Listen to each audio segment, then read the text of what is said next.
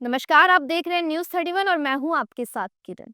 उत्तराखंड में लंबे समय से रुके हुए निकाय चुनावों का रास्ता आखिरकार साफ हो गया है। आपको बता दें, राज्यपाल ने ओबीसी आरक्षण से संबंधित अध्यादेश को मंजूरी दे दी है, जिसके बाद चुनाव प्रक्रिया तेजी से आगे बढ़ने की संभावना है। दरअसल ये निर्णय राज्य सरकार और प्रशासन के लिए एक बड़ी राहत है, क्योंकि निकाय चुनावों में ओबीसी आरक्षण को लेकर कई अड़चनें सामने आ रही थी। वहीं उत्तराखंड सरकार ने ओबीसी आरक्षण लागू करने के लिए आवश्यक कानूनी संशोधन को लेकर एक अध्यादेश तैयार किया था। इस अध्यादेश को विधि विभाग की स्वीकृति मिलने के बाद राजभवन को भेजा गया, जिसके बाद राज्यपाल की विधि टीम ने कुछ कानूनी पहलुओं का हवाला देते हुए इसे रोक लिया था और शासन के विधि विभाग से इस पर राय मांगी थी। हालांकि विधि विभाग ने इस अध्यादेश को मंजूरी देने की सिफारिश की, जिसके बाद राज्यपाल ने इस पर अपनी स्वीकृति दे दी।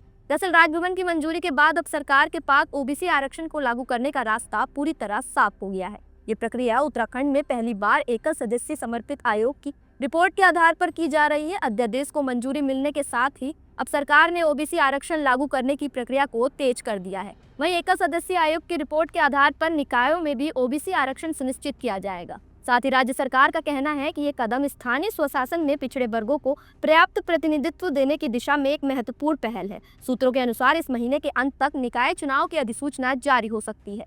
सरकार ने चुनावी प्रक्रिया को समय पर पूरा करने के लिए सभी तैयारियां शुरू कर दी है। साथ ही निर्वाचन आयोग ने भी संकेत दिए हैं कि अधिसूचना जारी होते ही चुनाव कार्यक्रम घोषित किया जाएगा। हालांकि निकाय चुनाव को सुचारू रूप से संपन्न कराने के लिए सरकार और निर्वाचन आयोग ने मिलकर व्यापक तैयारियां शुरू कर दी हैं।